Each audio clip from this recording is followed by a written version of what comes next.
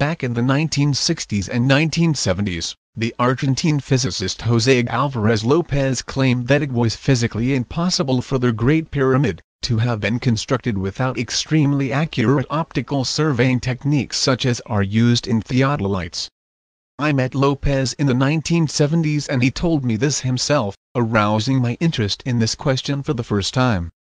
But López said to me sadly that he could not find any evidence for any ancient optical technology, so it was all a mystery. Well, it is a mystery no longer. The Great Pyramid was clearly surveyed with early forms of optical surveying instruments, that we could call proto-theodolites. This is all described at great length in my book, and I urge anyone interested in the pyramids to read all about it. I have proved from archaeological evidence that the technology for surveying the Great Pyramid existed at least as far back as 3300 BC, and doubtless earlier than that, since we can hardly presume that the ivory knife handle was the first such object to exist, as it is already highly sophisticated and suggests a long-standing tradition.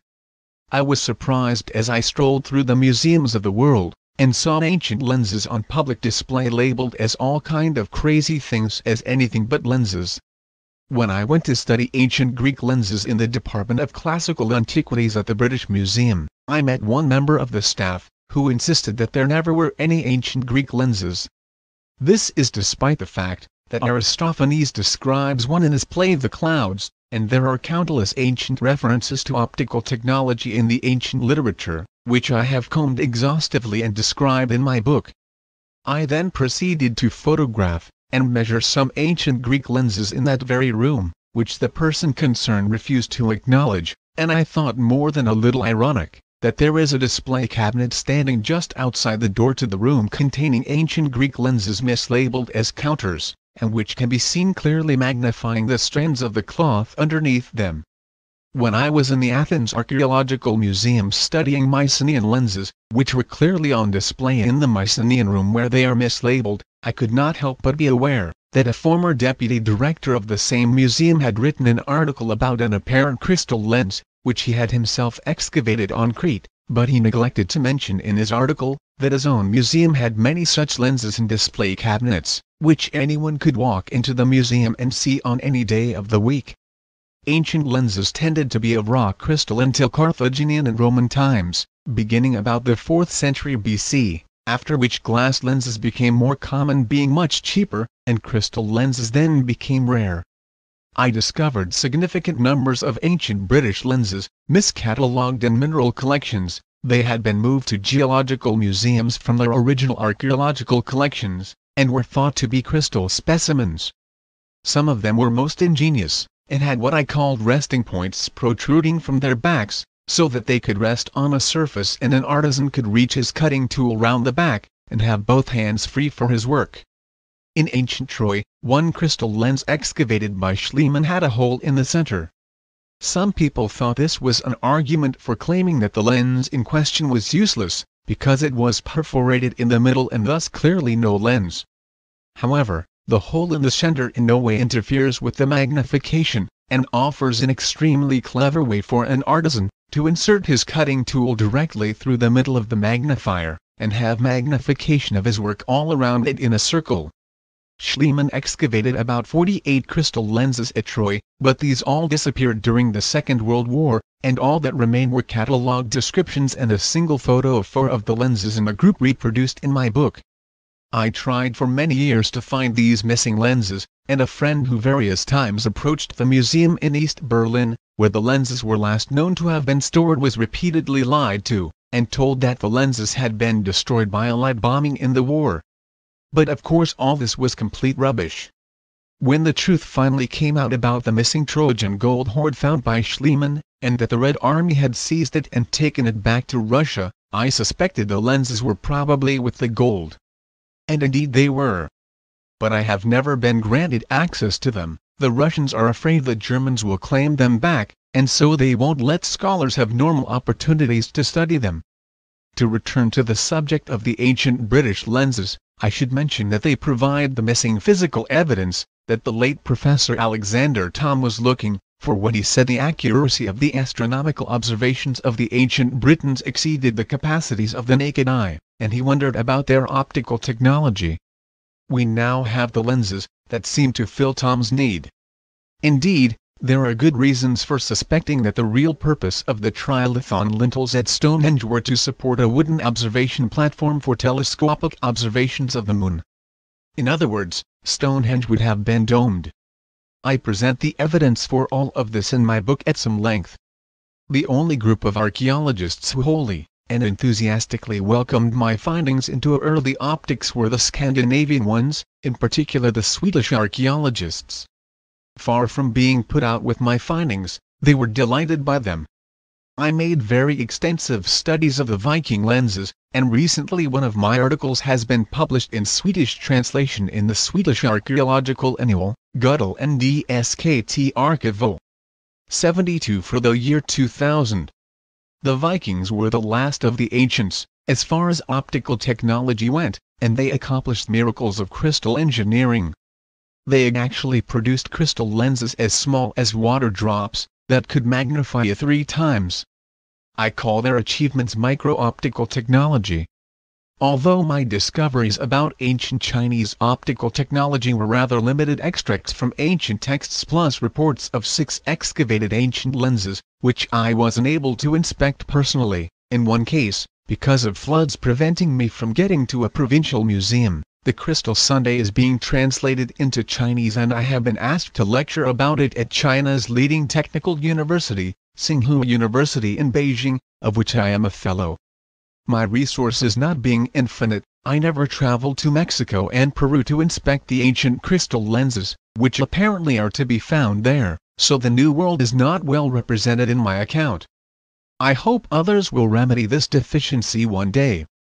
I do, however, have a special account of the so-called Skull of Doom, a life-size crystal skull of Maya origin, in my book, since it was the first ancient crystal object I ever studied, when I was 18 years old. There is much weird lore in my book, so much so in fact, that it cannot all be absorbed as casual reading. I have written a long chapter on the subject of thunderstones, and another on meditative hallucinations, all of which are linked in wonderful ways to ancient optical ideas. I give a lot of attention to the religious traditions associated with light, from ancient Egypt down through the light theology of Christians like Robert Grosseteste in the Middle Ages. But it is not only light that is considered in the Crystal Sunday. Shadows are equally important. In ancient Egypt, the science of shadows was far advanced and highly precise. And in this connection I have made a major discovery, which is shown in a photograph taken on 21 December. For I found that there is a special winter solstice sunset shadow cast upon the south face of the Great Pyramid, which nobody had ever noticed before, despite the fact that it has been clearly visible once a year for at least 3,500 years. Just think, 3,500 missed opportunities.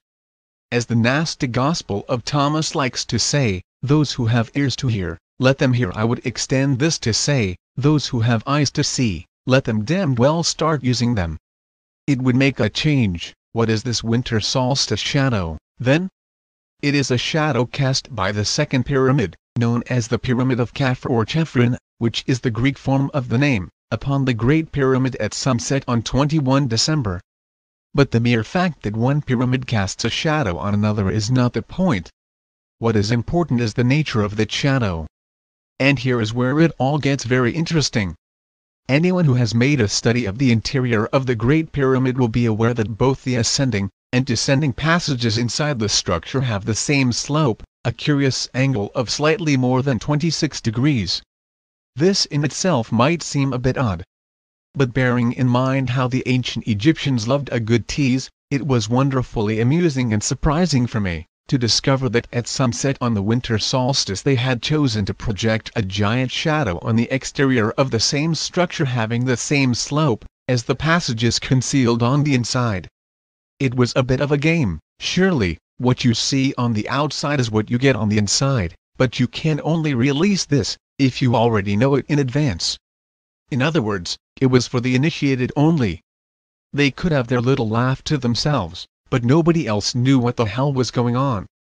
I also managed to demonstrate that the ascending passage leading up to the causeway from the valley temple beside the Sphinx also has the same slope. Its slope had never been considered or measured before.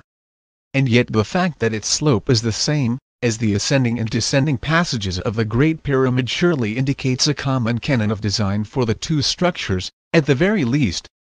If the Egyptians were really intending to cast a shadow on the outside of the Great Pyramid, which secretly indicated the nature of the slopes, to be found in the concealed interior, then there are important consequences to be considered. It means that the Pyramid of Khafre had to be the precise size it is, and in precisely the position it is, for this shadow to be correctly cast. That is rather a lot of stone to lug around, just to cast a shadow. So isn't there something more to this than just the common slope angle? Well, yes, there is indeed. It just so happens that this odd angle of slightly more than 26 degrees is the only acute angle possible for a right triangle to be formed that is known as the Golden Triangle, because it embodies the famous golden mean proportion. And it also just so happens that the golden mean proportion is at the basis of the entire canon of ancient Egyptian art and architecture, as I also explain in my book at some length. And in fact, the shadow, if truncated by a vertical line running up the middle of the south face of the Great Pyramid, does actually form a golden triangle, which once again is mirrored on the inside, because it is a similar golden triangle, which determines the precise point of commencement of the Grand Gallery on the interior of the pyramid, as I show in a drawing in my book. And as for the vertical line running up the pyramid, that too is real, and has been shown from an aerial photograph, although it is invisible to the naked eye or by any perceptual means at ground level. There is actually a purposeful slight indentation of a few inches in the construction of the side of the pyramid, discovered in measurements made by Petrie. This apothem, as geometers call such vertical lines, forms the right angle to transform the solstice shadow into a perfect golden triangle. So we see here the Egyptians were playfully carrying on with their geometric obsessions in full view of the world, casting giant shadows in golden mean proportion, but for at least 3,500 years nobody noticed. All this blindness. What more have we not noticed?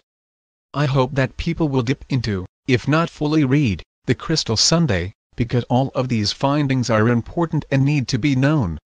I was disappointed not to be able to speak at the Cairo conference, and reveal some of these findings to the Egyptologists.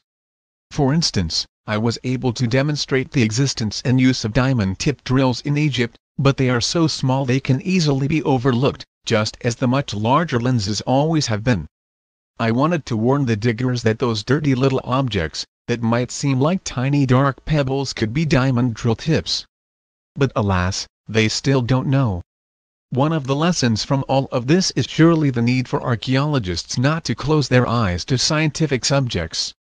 They have always been reluctant to study the fundamentals of astronomy, so the field of archaeoastronomy is one of struggle and travail, making relatively little headway in the academic community, despite heroic efforts on the part of a few scholars.